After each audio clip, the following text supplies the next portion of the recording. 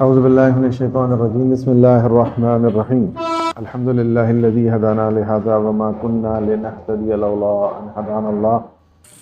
पिछली क्लास में जो हमारा टॉपिक था वो नमाज था, लेकिन वो पार्ट 1 था, क्योंकि नमाज इतनी ज़्यादा मल्टी डायमेंशनल एक इबादत है कि किसी भी चीज़ की एक फ़ायदा हो ज़रूरी नहीं है, और नमाज जैसी बातासीर इबादत के का एक ही फ़ायदा हो, ज़ाहिर सी बात है कि ये समझ में नहीं आता। अब एक इसका नज़रिया और है जो दिमाग में रहना चाहिए, और वो ये है कि नमाज हमारी लाइफ का एक इंडिकेटर भी है कि हमारी लाइफ कैसी चल रही है।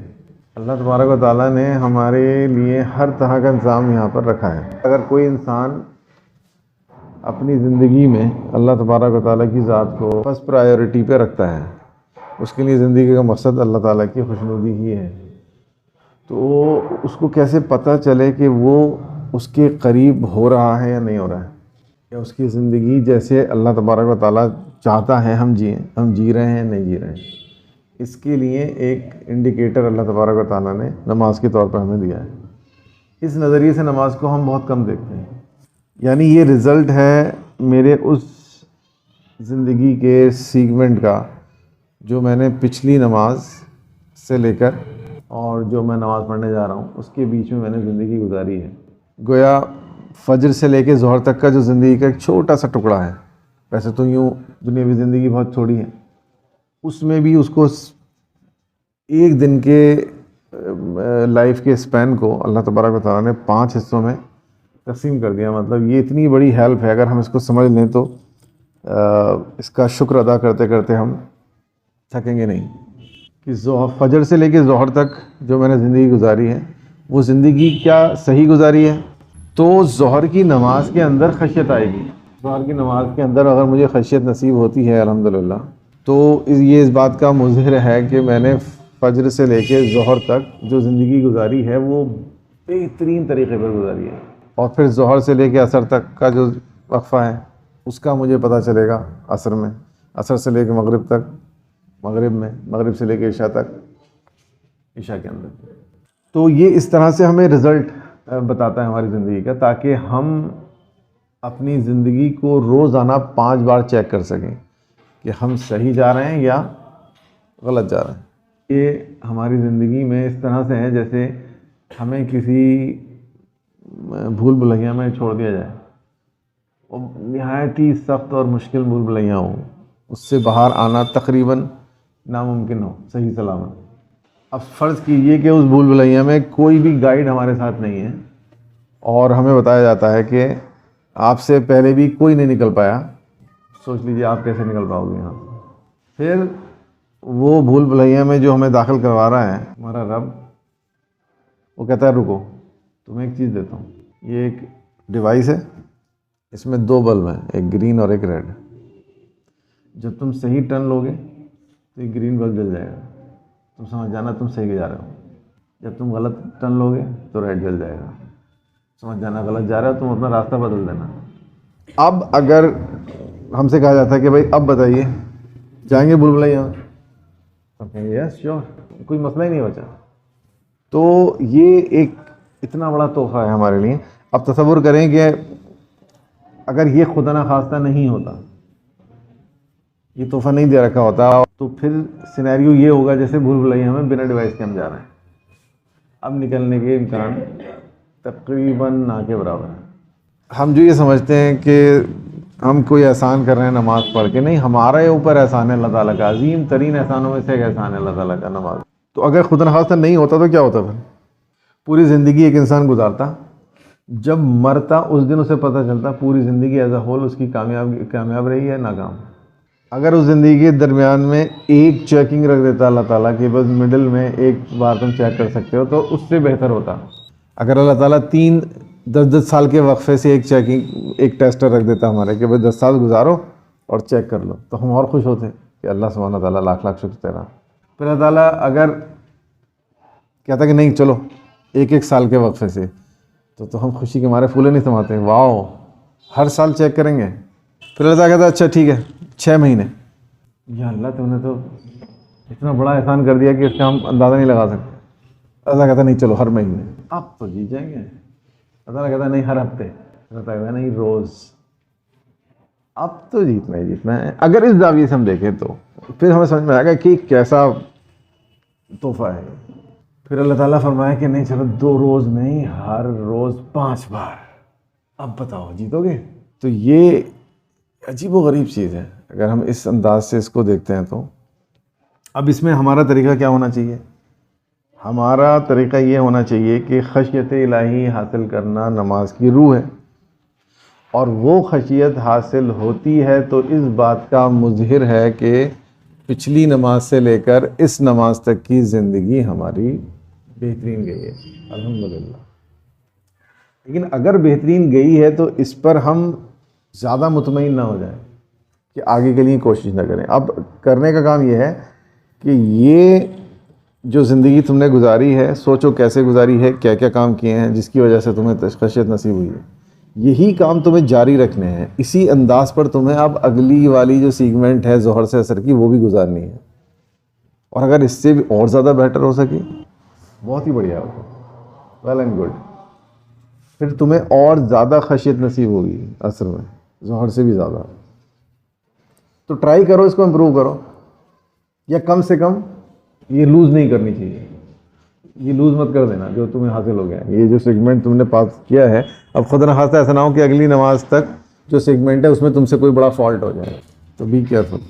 अगर खुदा न खास्ता फजर से लेके ज़ोहर तक 3 मिनट टाइम गुजारा और उसके बाद ज़ोहर की नमाज में मेरी तवज्जो बिल्कुल नहीं ठहरी, कभी इधर कभी उधर कभी उधर घूमती रही, तो फिर समझ लो कि जो लाइफ का मैंने गुजरा है ये अच्छा नहीं गुजरा है।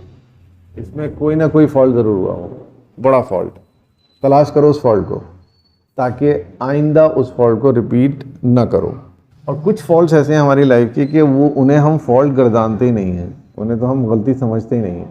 शैतान ने हमें धोखे में रखा है और वो हमारे इन उमूर को मुबहम रखता है। यानी वो ये नहीं चाहता कि कोई भी इंसान अपनी ज़िंदगी को इतनी बारीकी से देखे, तो वो हमारे जहन को मशगूल रखता है मुख्तलिफ़ कामों में, और हमारे जहन में ही रहता है कि हमारे पास टाइम ही नहीं है, क्या करें, टाइम ही नहीं है। तो इस फरेब से बाहर आना है, क्योंकि ज़िंदगी का मकसद ये ही है जिसके लिए टाइम नहीं है। ये मकसद हयात नहीं है जिसके लिए मैं 24 घंटे लगा रहा हूँ। इम्पॉर्टेंट है किसी हद तक, मेरा पढ़ाई करना इम्पॉर्टेंट है, इल्म हासिल करना किसी भी तरह का, स्किल डेवलप करना किसी भी तरह की।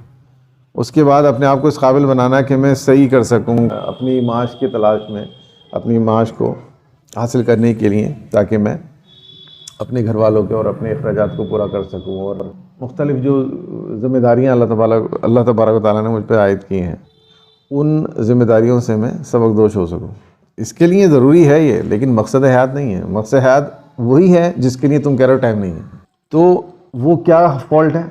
वो फ़ॉल्ट, बहुत कॉमन फ़ॉल्ट ये है कि अगर एक नमाज से दूसरी नमाज के दरमियान में मैंने काफ़ी टाइम खाली गुजारा है, जिसमें मैंने कुछ गलत नहीं किया तो कुछ सही भी नहीं किया, यूं ही गंवा दिया, बैठे बैठे लेटे लेटे बातें करते करते। सिर्फ वो बातें भी कोई बहुत ज़्यादा कारआमद नहीं थी, वो इधर आधर की बातें हैं, मुतफर्रिक़। ये भी बहुत बड़ा फॉल्ट है।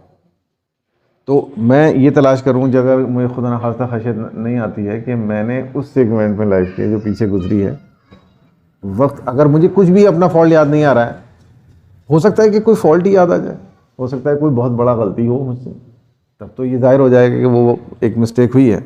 हो सकता है मैंने किसी के ऊपर जुल्म कर दिया हो, और जुल्म एक ऐसी टर्म है कि इसको हम ये समझते हैं कि ये बहुत बड़ी बड़ी एक्टिविटीज़ में होता है, बहुत बड़े स्केल पे होता है, छोटे स्केल पे नहीं होता। जुल्म जब भी हम सुनते हैं, हम सोचते हैं कि जुल्म का मतलब है किसी की ज़मीन हड़प कर लेना, या किसी को कत्ल कर देना, खुदा न खास्ता किसी को नुकसान दे देना किसी भी तरह का, ये जुल्म है। ये जुल्म एक ऐसी टर्म है कि जिसको हमें बहुत क्रिटिकली सोचना पड़ेगा, जिस माना में कुरान मजीद में जुल्म इस्तेमाल हुआ है। और अल्लाह तबारक व तआला जिस तनाजुर में जुल्म कहता है वो ये है कि मैं अपने वालिदैन का हक़ अदा ना करूँ जो उनके हक़ बनते हैं मेरे ऊपर, ये उनके ऊपर जुल्म है। मैं अपने बहन भाइयों का हक़ अदा ना करूँ, ये उनके ऊपर जुल्म है। मैं अपने बच्चों का हक़ अदा ना करूँ, ये उनके ऊपर जुल्म है। मैं अपने दूसरे रिश्तेदारों, फूफी, चचा, मामू, ममानी, इनका हक़ अदा ना करूँ, मैं अपने पड़ोसियों का हक़ अदा ना करूँ, जुल्म है। मैं अपने दोस्त अहबाब का हक़ अदा ना करूँ, जुल्म है। तो इसके लिए सबसे ज़्यादा ज़रूरी है कि अगर मैं ये देखना चाहूँ कि मैं पिछली ज़िंदगी में किसी पे जुल्म तो नहीं किया, तो मुझे सब सरे दस्त ये पता होना चाहिए कि मेरे ऊपर हुकूक क्या क्या आयद होते हैं मुख्तलिफ़ लोगों के, जो अल्लाह तबारक व तआला ने मुझ पर आयद किए हैं, मेरे घर वालों के, मेरे बाहर वालों के, जो मेरे दूसरे रिश्तेदार हैं जो मेरे घर में नहीं रहते हैं लेकिन मुझसे कोई ना कोई रिश्ते से वाबस्ता हैं वो, और मेरे पड़ोसियों के, मेरे दोस्त अहबाब के, और उन इंसानों के जो मेरे मोहल्ले में रहते हैं, मेरे पड़ोसी भी नहीं हैं लेकिन बहरहाल मेरे मोहल्ले में रहते हैं, मैं उसी जगह मुकीम है जहाँ पर मैं रहता हूँ, मुझसे कोई ना कोई ताल्लुक़ बनता है उनका मेरे ऊपर क्या हक़ है, जानवरों का मेरे ऊपर क्या हक़ है, परिंदों का मेरे ऊपर क्या हक़ है, इस आबो हवा का, इस कुदरत का मेरे ऊपर क्या हक़ है। हर चीज़ का हक़ है हमारे ऊपर, हर चीज़ का हक़ है।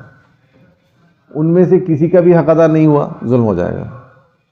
तो जुल्म बड़ा वसी है, जुल्म को इतना लाइट हल्के में लेंगे तो फिर ये होगा कि हमारे समझ में नहीं आएगा हमने तो कोई जुल्म नहीं किया, फिर भी खैशियत क्यों नहीं आई। ये जुल्म तो हुआ है, आपको समझ में नहीं आ रहा है, जुल्म तो हुआ है, मुझे समझ नहीं आ रहा है।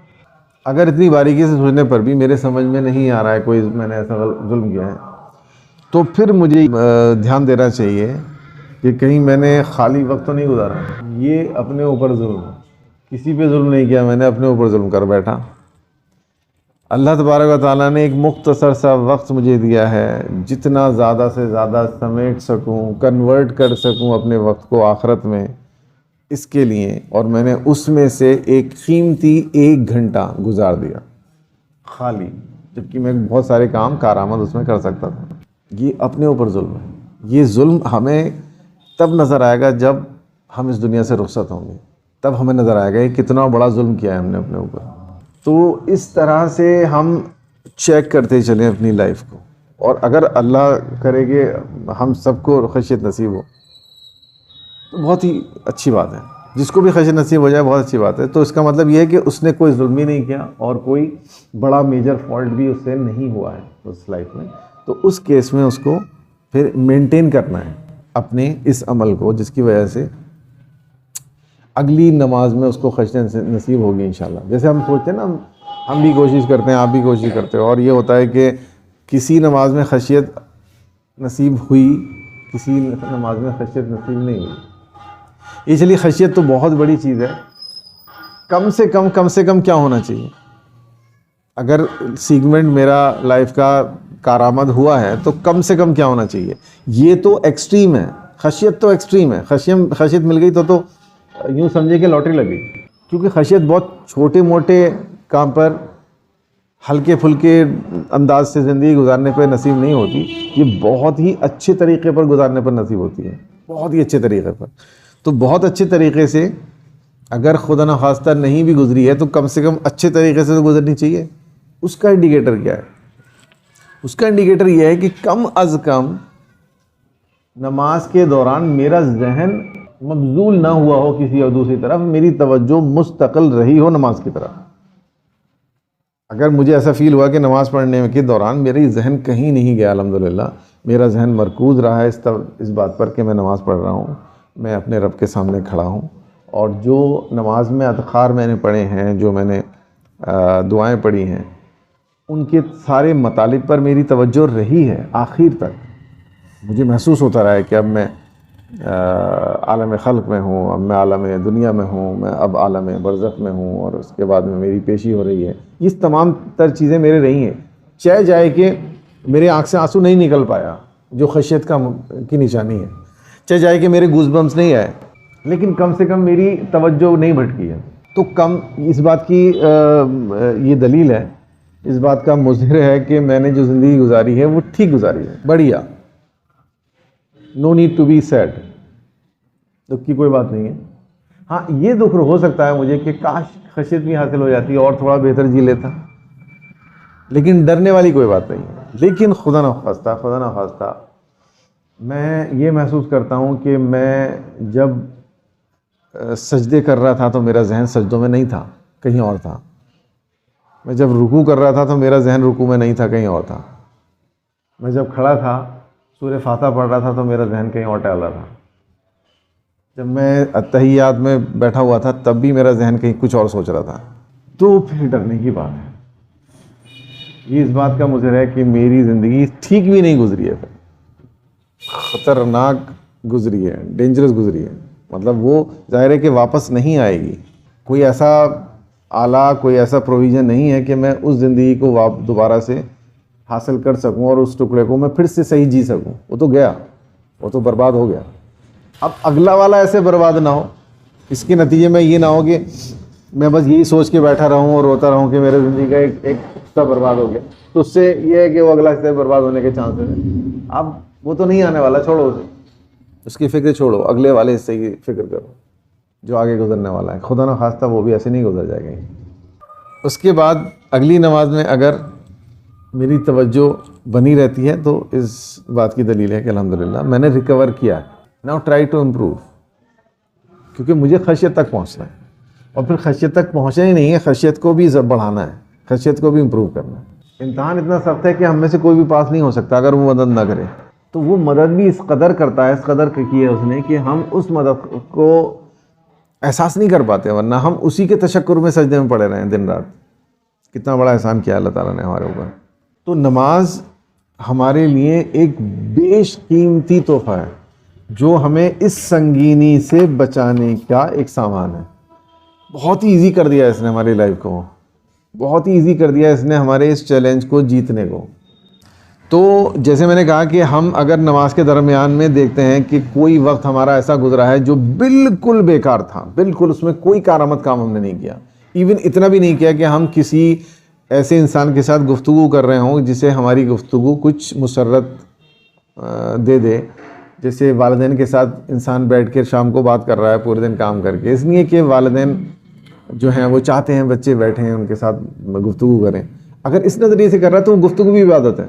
अगर ये भी नहीं है, ला यानी चीज़ों में हमने टाइम ख़राब किया है, बिल्कुल फालतू के काम हमने किए हैं जिसमें कोई फ़ायदा नहीं था, तो ये फिर बहुत ज़्यादा पछतावे का बाइस बनने वाला है। खुदा ना खास्ता इसका मौका नहीं है। और ये एहसास हमें मरने के बाद क्यों होगा? जैसे मैंने आपसे अर्ज़ किया था कि ये चौथा दौर है ज़िंदगी का, 3 इसके पीछे 3 इसके आगे, बीच का दौर है हमारा। इसी में हमें इख्तियार दिया गया है सही और गलत का, और इसके अंदर तासीर बहुत है। अगर आलम बरज़ख को समझने की कोशिश करें और बहुत ज़्यादा मेहनत करें तो एक चीज़ समझ में आती है कि एक ऐसा काम जो मैंने सिर्फ 5 मिनट किया था, that is equivalent to my life in बरज़ख टू 5000 ईयर्स।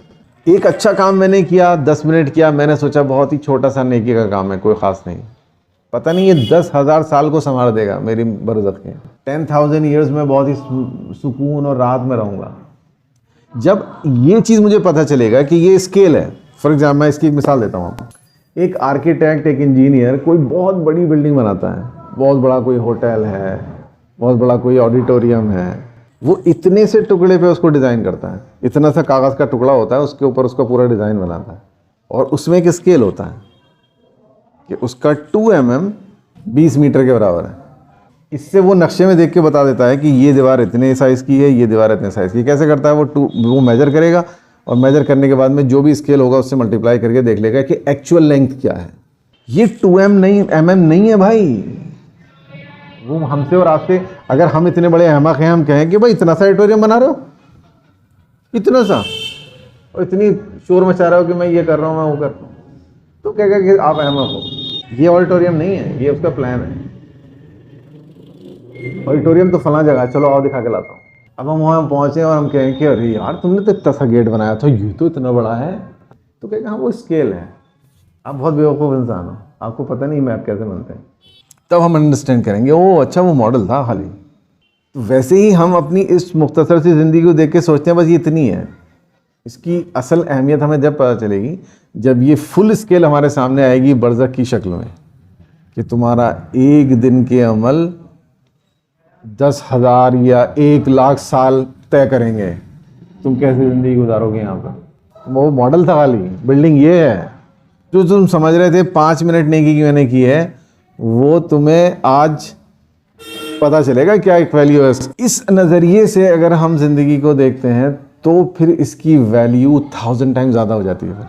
फिर वो ज़ोहर फजर से लेके ज़ोहर का जो टाइम है वो सिर्फ इतना ही नहीं है, वो अल्लाह जाने मेरे बरज़ख के कितने 100 साल को मुतासर करने वाला है। अब मैं इसको बहुत सीरियसली लूँगा, पहले नहीं ले रहा था। पहले तो मैं मॉडल को समझ रहा था लाइफ, मैं तो उसी को ज़िंदगी समझ रहा था, उसी को बिल्डिंग समझ रहा था। जो मॉडल देखा था मैंने वो तो खाली मॉडल था, बिल्डिंग तो ये है। तो फिर मैं ये खुदा ना खास्ता अगर मैं ये नहीं समझ पाता हूँ ज़िंदगी में, तो फिर मुझे पछतावा होगा। फिर मैं आखिरत में अपने बरज़ख में, आखिरत तो आएगी ही बात है, फिर मैं बरज़ख में इस बात पर पछताऊँगा कि काश मैं दुनिया में समझ लेता यार वो 2 घंटे नहीं है, 20,000 साल हैं या 2000 साल हैं, वल्लाहु आलम कितने हैं ये तो नहीं मालूम हमें, हमारे पास वो स्केल नहीं है।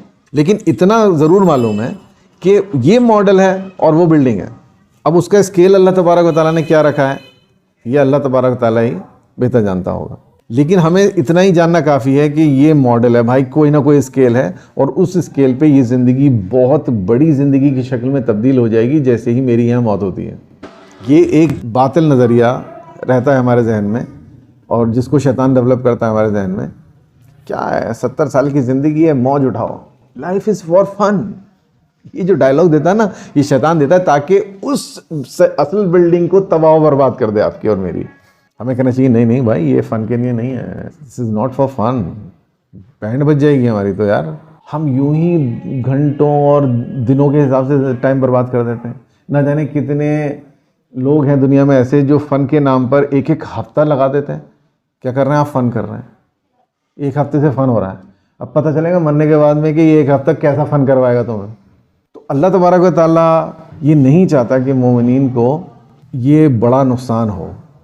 अल्लाह तबारक व तआला इसलिए बार बार हमें और आपको जोड़ता है, और उसने हमारी मज़ीद हेल्प के लिए जो सबसे बड़ा इनाम हमें दिया है वो नमाज है। लेकिन नमाज को इस नज़रिए से पढ़ें तब ना, हम तो नमाज को एक सवाब कमाने की मशीन समझें, और एक at the back of the mind बस एक हल्का सा खाका ये है कि नमाज पढ़ते रहेंगे तो दोज़ख में नहीं जाएंगे। आपने अहमियत को समझा ही नहीं है फिर इसकी। सिर्फ इसी बात का नाम नहीं है नमाज। नमाज बहुत बहुत बहुत डीप है। तो जब तक हम डेप्थ में नहीं समझेंगे, जब तक उसकी वैल्यू को नहीं समझ सकते, और उसकी तरफ हम उस तरह से राग़िब भी नहीं हो सकते। सहाबा किराम का दिल पर अटका रहता था नमाज के अंदर, और आज भी दुनिया में अल्लाह जाने कहाँ कहाँ पर लाखों करोड़ों लोग ऐसे हैं जिनका दिल अटका रहता है नमाज में। तो उसका दिल क्यों अटका हुआ है? उसका दिल इसलिए अटका हुआ है क्योंकि वो नज़रिया रखता है जो उसका असल नज़रिया है कि मुझे टेस्ट करना है अपनी लाइफ को जाके कि मैं कैसे गुजार रहा हूँ। क्योंकि वो इस लाइफ की संगीनी को समझ रहा है, उसको पता है ये छोटी सी लाइफ नहीं है, ये बहुत बड़ी लाइफ है। It's beyond my imagination so long, तो मैं रिस्क नहीं ले सकता। तो वो बस कामों में लगे हुए हैं सहाबा किराम और नेक लोग सालेहीन, और बस दिल उनका अटका हुआ कि बस काश जल्दी नमाज आए अगली, तो मैं जल्दी से जाके टेस्ट करूँ मेरी लाइफ कैसी गुजरी है वाली। तो बहुत इम्पॉर्टेंट है इन चीज़ों को समझना, और हम असल में ज़िंदगी को समझ ही नहीं पाएंगे जब तक हम बरज़ख को नहीं समझ पाते हैं। मेरा अपना नज़रिया ये है कि अगर बरज़ख को हम नहीं समझे, मरने के बाद हमारे साथ क्या होने वाला है, हश्र से पहले, क़यामत से पहले हमारे साथ क्या होगा, हम कहाँ जाएंगे, कैसे रहेंगे, हम असल में इस ज़िंदगी की हकीकत को नहीं समझ पाएंगे। अल्लाह तबारक व तआला फरमाता है कि जब तुम उसे देख लोगे, वो तो क़यामत की बात फरमा रहा है। तो जाहिर सी बात है, जैसे मैंने आपके सामने अर्ज़ किया कि ये सिर्फ़ एक स्मॉल स्केल मैप है उस ज़िंदगी का जो आने वाली है, जिसको हम बरज़ख से जानते हैं, और वो हज़ारों लाखों गुना स्केल बड़ी है इस ज़िंदगी से। तो जब हम मर जाएंगे तो जाहिर है कि क़यामत से पहले उस हकीकत से भी तो हम आशना हो जाएंगे ना, बरज़ख से गुजर के जाएंगे ना हमने। तो बरज़ख में जाते ही इसकी ये डिवैल्यू हो जाएगी लाइफ। फिर हमें ये खुद ही समझ में आएगा कि यार कितनी छोटी सी बात थी, बस 1-2 मिनट करना था हमें 5 मिनट करना था, 1 घंटा करना था, यहाँ इतनी लंबी स्ट्रेच हम क्लियर कर लेते हैं। तो वो तो वहाँ तो डिवैल्यू हुई होगी लाइफ ये दुनिया की, फिर क़यामत की हकीकतों को देख के और डिवैल्यू हो जाएगी। तो अल्लाह ताला कह रहा है फिर घटते घटते यहाँ आ जाएगी कि तुम्हें लगेगा तुम चंद लम्हे गुजार के आए हो, बस इतनी सी वैल्यू थी उसकी। तुम प्लानिंग में लगे हुए थे, तुम्हें फुर्सत ही नहीं थी इसके बारे में सोचने की। जहाँ तुम खड़े हो, जहाँ से तुम आ रहे हो बरज़ख से निकल के, उसके बारे में कोई तुम्हें समझाता था, तुम कहते टाइम नहीं है हमारे पास। तो उस दिन अल्लाह ना करे कोई इंसान ये फेस करे, हम तो ये चाहते हैं खुदा करे कि पूरी इंसानियत की फलाह हो जाए। अल्लाह तबारक फरमाता है काश तुम उस दिन समझ रहे होते जब तुम थे दुनिया में मौजूद, तब समझ लेते। तो इससे एक बात और क्लियर हो जाती है कि दुनिया में रहते हुए उस चीज़ को समझना मुमकिन है, वरना अल्लाह तबारक ताला ये क्यों कह फरमाता कि काश तुम तब जान लेते, काश तुम तब समझ लेते। तो इसका मतलब अल्लाह ताला हमें इशारा फरमा रहा है कि अगर तुम कोशिश करोगे तो बरज़ख भी तुम्हारे समझ में आ जाएगी पूरी की पूरी, आखिरत भी तुम्हारे समझ में आ जाएगी पूरी की पूरी। फिर तुम इसकी वैल्यू को समझ पाओगे, ये लाइफ क्या है। ये बिल्कुल वाज़ेह बात है जो कुरान मजीद से साबित है, यू कैन अंडरस्टैंड इट। तो हम अगर ये खुशनसीबी रखी अल्लाह ताला ने, इसको मुमकिन रखा है समझना, तो हम क्यों हम ना ट्राई करें बरज़ख को समझने की और आखिरत को समझने की, ताकि हम तो कम से कम इस ज़ुमरे में ना आए कि हमारे लिए अल्लाह ताला कहे कि काश तुम समझ रहे होते। काश हम लोग उस ज़ुमरे में हों कि अल्लाह ताला कहे देखो इन्होंने समझ लिया था, ये मेरे बंदे खड़े हैं, इन्होंने समझ लिया था वहीं पे, ये ऐसे नहीं गुजार रहे थे ज़िंदगी जैसे तुम गुजार रहे थे। So be aware about this fact कि हम जो ये करते रहते हैं कि टाइम नहीं है, टाइम नहीं है, टाइम नहीं है। भाई मकसद हयात है ये, बाकी सब ढकोसला है, बाकी सब हैं चीज़ें, लेकिन लीस्ट इंपॉर्टेंस की हैं। मुझे बस 2 टाइम खाना चाहिए, दैट्स इट। एक बुजुर्ग हैं, उनसे किसी ने पूछा बट दुनिया की मिसाल क्या है। उन्होंने कहा कि इस दुनिया की मिसाल ऐसी है, एक छोटा सा कमरा है और इस कमरे के अंदर एक चोर दरवाज़ा है जो तुम्हें ढूंढना है। वो चोर दरवाज़ा, वो छुपा हुआ दरवाज़ा एक आलीशान महल की तरफ खुलता है जो तुम्हारा है। शर्त यह है कि तुम्हें ढूंढना पड़ेगा दरवाज़ा मरने से पहले पहले। नहीं ढूंढ पाए, महल गया, हाथ धो बैठोगे उस महल से। तुम कर क्या रहे हो, तुम उसी कमरे को सजाने में लगे। तुमने दरवाज़ा ढूंढना छोड़ दिया और तुम उस छोटे से एक कुठरिया को, उस कमरे को सजाने में मशगूल हो गए कि यहाँ पे मैं पंखा लगा लूँ, इस वाले जो मैं एसी लगा लूँ, या मैं पीओपी करवा लूँ, यहाँ पे मैं ये वाला कलर करवा लूँ। अल्लाह ताला चीख रहा है भाई दरवाज़ा ढूंढ, टाइम आने वाला है, you are going to die, तेरा टाइम ख़त्म होने वाला है, जल्दी से ढूंढ, जल्दी से ढूंढ।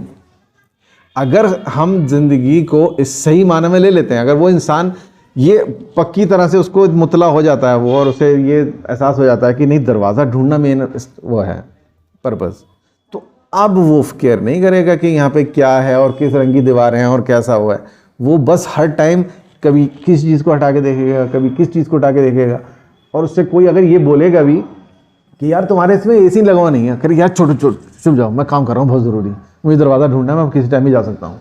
कोई कहेगा अरे पीओपी नहीं है, बोले अहमक तुम बाहर तो जाओ कमरे से, मेरा काम तुम डिस्टर्ब कर रहे हो, मुझे दरवाज़ा ढूंढना है यार, पता नहीं किस टाइम टन ही बज जाए और मेरा दरवाज़ा रह जाए, मेरी तो बैंड बज जाएगी, मेरा कबाड़ा हो जाएगा, तो मैं इसी चक्कर में लगे हुआ कि ये नहीं है वो नहीं है।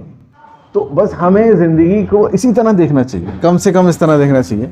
अल्लाह ताला फरमाता है कि तुम इतनी छोटी छोटी चीज़ों में इन्वॉल्व हो, मैंने इतना बेहतरीन महल तैयार कर रखा है जिसका तुम तसव्वुर भी नहीं कर सकते, तो डोंट वेस्ट टाइम। तो अल्लाह ताला ये नमाज का जो ये परसेप्शन है, तो ये दूसरे अल्फाज में हम ऐसे भी कह सकते हैं कि ये उस दरवाजे को तलाश करने की बेहतरीन सही है। गोया हम इस नज़रिए से नमाज को अगर देखते हैं तो हम उस दरवाजे को तलाश करने की कोशिश कर रहे हैं जो हमारे महल की तरफ खुलता है। और अगर हमने इस तरह से चेक करते करते सेगमेंट को मेजॉरिटी ऑफ द टाइम्स, ऐसा नहीं होगा किसी भी शख्स के किसी भी इंसान की ज़िंदगी में कि उसको हर नमाज के दौरान में परफेक्शन आ जाए, ये भी आप रखिए। मतलब मायूसी नहीं होनी चाहिए, क्योंकि हम आम इंसान हैं, हम लोगों के जो कैफियत हैं ईमान की वो घटती बढ़ती रहती हैं और गलतियां हमसे होंगी, हमसे आज भी होती हैं, पहले भी हुई हैं, बाद में भी होंगी। फ़र्क इतना है कि जब हम बहुत ज़्यादा मुतवज्जो हो जाएंगे, बहुत ज़्यादा सिंसियर हो जाएंगे, बहुत एहतियात करेंगे, तो पहले अगर 1000 गलती होती थी तो अब 1 गलती होगी, गलती होगी अभी भी, और उसका इफ़ेक्ट मेरी नमाज पे पड़ेगा। तो अगर मुझे खशियत आते आते आते आते किसी नमाज में खशियत गायब हो गई, फिर दूसरी में भी गायब हो गई, तीसरी में भी गायब हो गई, अब ऐसा ना हो कि मैं हिम्मत हार जाऊँगा कि यार 3 नमाज़ें हो गई, मुझे तो खशियत आई नहीं रही, छोड़ो अब ट्राई नहीं कर रहे। नहीं भाई, बैंड बज जाएगी। आप समझो, ये 3 नमाज़ों का जो वक्फ़ा है ये 1 दिन है बस। आपकी लाइफ में ना जाने 70 साल हैं, ना जाने 80 साल हैं, ना जाने 75 साल हैं, डोंट नो, बहुत बड़ा टाइम है। इसको ऐसे ऐसे नहीं कहवा सकते, जो गया सो गया, वी शुड ट्राई। तो हम हर स्टेप, हर चीज़ को बहुत ध्यान से देखते हुए फूक फूक के कदम रखेंगे अपनी लाइफ में इंशाल्लाह। तो बहुत कम उम्मीद है इस बात की कि बहुत ज़्यादा गलतियाँ होंगी, थोड़ी थोड़ी गलतियाँ होंगी। उसके लिए अल्लाह तबारक व तआला ने क्या इरशाद फरमाया कुरान मजीद में, तुम छोटे गुनाहों से बच गए तो मैं तुम्हारे बड़े गुनाह माफ़ कर दूँगा। तो ये उन्हीं लोगों के लिए कह रहा है जो अपनी लाइफ को पूरी तवज्जो के साथ गुजार रहे हैं, उस नज़रिए से जिस नज़रिए से अल्लाह तबारक व तआला चाहता है हम गुजारें।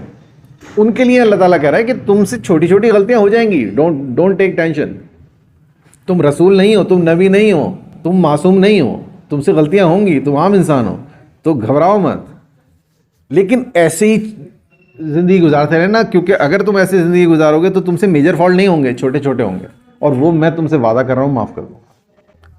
और अगर मेरे जहन से कुछ ओझल हो गया है, आपके जहन में कोई और बात हो नमाज के ताल्लुक़ से, इसी कॉन्टेक्स्ट में, इसी नज़रिए में, क्योंकि बहुत से लोग यहाँ पर ऐसे हैं जिन्होंने पहली क्लास भी की है नमाज के ऊपर, तो उसमें अगर कोई ऐसी चीज़ मैंने आपके सामने अर्ज़ की थी जो मैं इस बार भूल गया हूँ तो आप मुझे रिमाइंड करवा दीजिए, या कोई क्वेश्चन अगर जहन में है।